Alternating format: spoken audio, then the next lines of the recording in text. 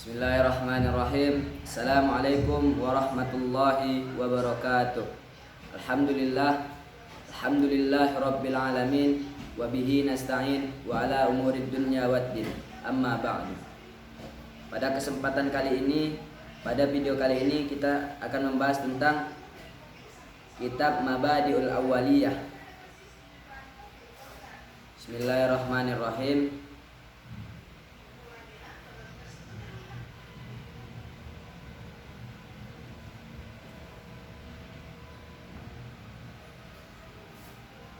Asluqatan fi usulul fikih. Usul fikih secara bahasa, usul yang artinya pondasi dan fikih pemahaman. Sedangkan secara istilah, usul fikih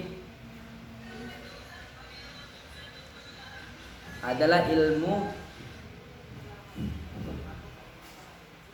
Sedangkan secara istilah, arti usul fikih pemahaman tentang ilmu dan hukum-hukum syariat dari hasil ijtihad. Selanjutnya kita akan membahas tentang istilah-istilah dalam ilmu fikih. Istilah-istilah dalam ilmu fikih terbagi menjadi 5. Yang pertama ilmu, yang artinya tahu, dan jahlun artinya tidak tahu, dan zon kemungkinan besar benar, dan wahm kemungkinan besar salah, dan syak ini antara benar dan salah itu seimbang. Contohnya seperti ini. Saya mempunyai guru di Pondok Muntazah yang gantengnya subhanallah. Jadi contoh dari ilmu itu gini. Saya melihat guru itu ada di dalam kelas, berarti kan saya tahu bahwasanya guru itu ada di dalam kelas. Itu termasuk contoh dari ilmu.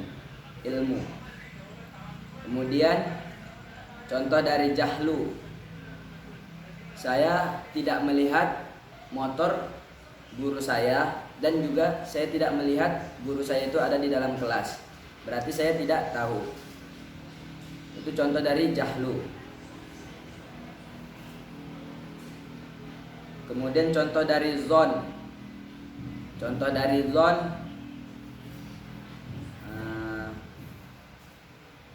Kemungkinan besar benar. Saya melihat ini kan guru saya nih, beliau selalu setiap hari mengendarai sepeda motor berwarna merah, vario merah.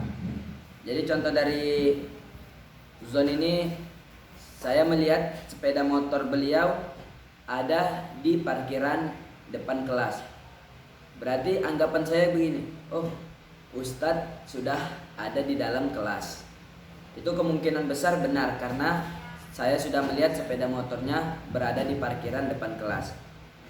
Kemudian contoh dari wahm, kemungkinan besar salah.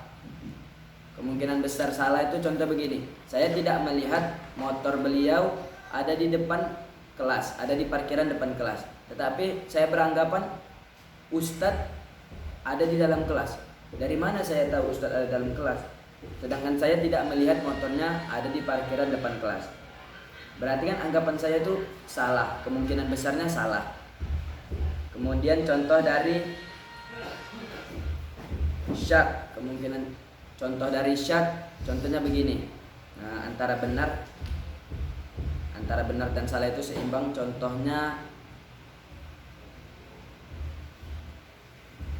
saya tidak melihat Ustadz. Saya tidak melihat motornya Ustadz.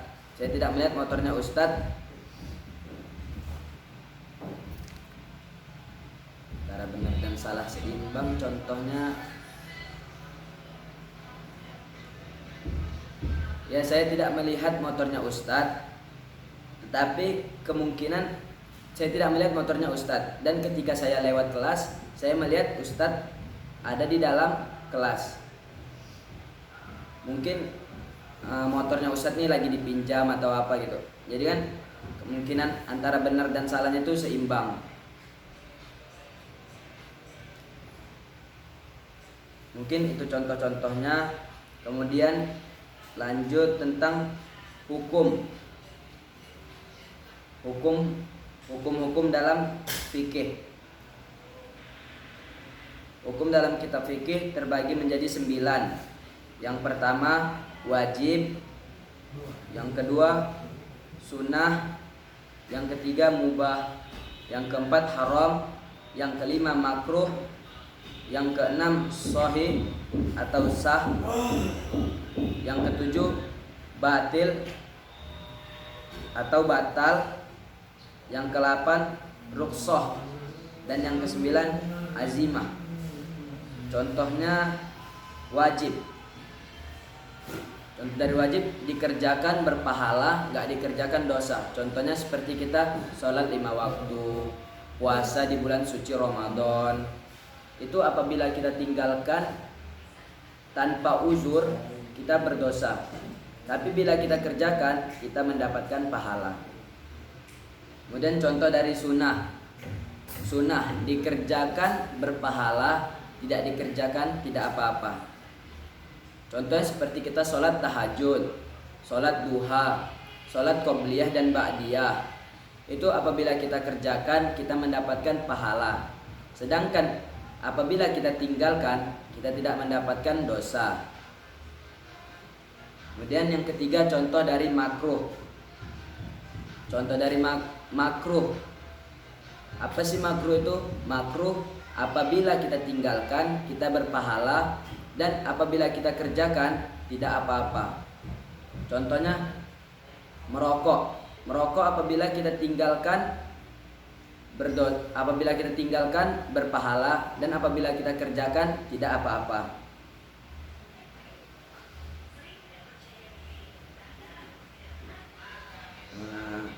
Kemudian contoh dari mubah.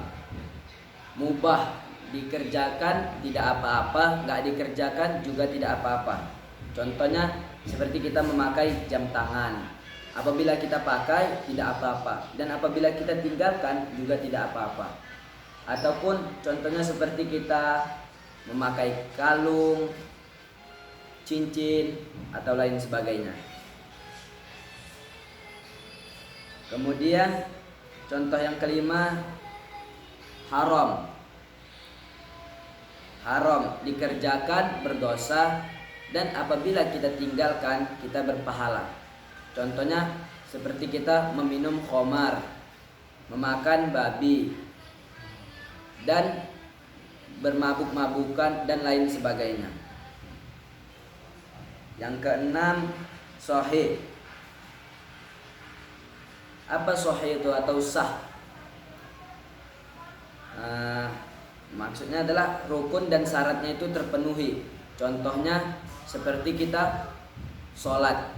Sholat kan itu termasuk rukun, sedangkan syaratnya itu kita harus mengambil wudu.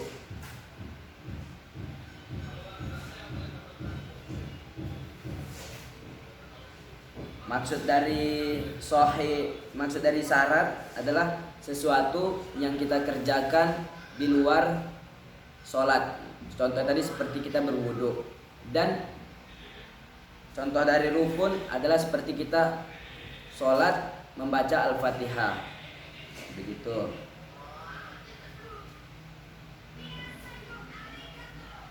Kemudian yang ketujuh batal. Batal ini termasuk contohnya gini, salah satu atau keduanya itu tidak terpenuhi syarat dan rukunnya. Contohnya seperti tadi kita sholat, kan kalau misalnya tadi sah itu syarat dan rukunnya dua-duanya terpenuhi. Dan kalau batal ini syarat dan rukunnya tidak terpenuhi. Contohnya kita sholat tidak mengambil air wudu, maka sholat kita tidak sah. Ataupun sebaliknya, kita berwudu tetapi kita sholat tidak membaca Al-Fatihah, itu sholat kita tidak sah.